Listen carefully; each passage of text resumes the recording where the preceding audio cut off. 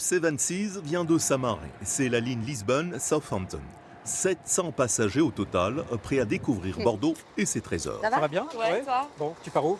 Bassin des Lumières. Bassin des Lumières. Et, Donc, tu as raison. Tu as Ouais, raison. ça va être Excellent choix. Bassin des Lumières, vignoble de Saint-Émilion, le choix est vaste. En sidecar, en vélo ou en bus. Tout est prévu en termes de moyens. Toutes les commodités sont à portée de pied, de main. Les restaurants, les bars, les magasins sont à 100 mètres, 200 mètres. Et c'est un atout phénoménal pour la ville de Bordeaux.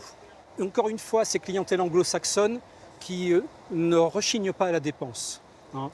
Donc il est certain qu'on a ces portefeuilles qui dépensent et qui ruissellent sur toute l'économie locale. Mais certains préfèrent de l'autonomie. Paul, sa femme et la belle-mère ont envie d'aller se promener en centre-ville, direction la place Péberlan. Il faudra compter 9 escales de paquebot en 2025. 38 000 passagers sont attendus, avec une dépense moyenne par passager de 51,30 €. Au total, 1,5 million d'euros de retombées directes. Bordeaux, c'est une importante ville, une ville importante pour nous à visiter et acheter dans les magasins, et les grandes places et la cathédrale. Mais malgré la bonne volonté de notre croisiériste, son apport économique n'est pas aussi important que cela.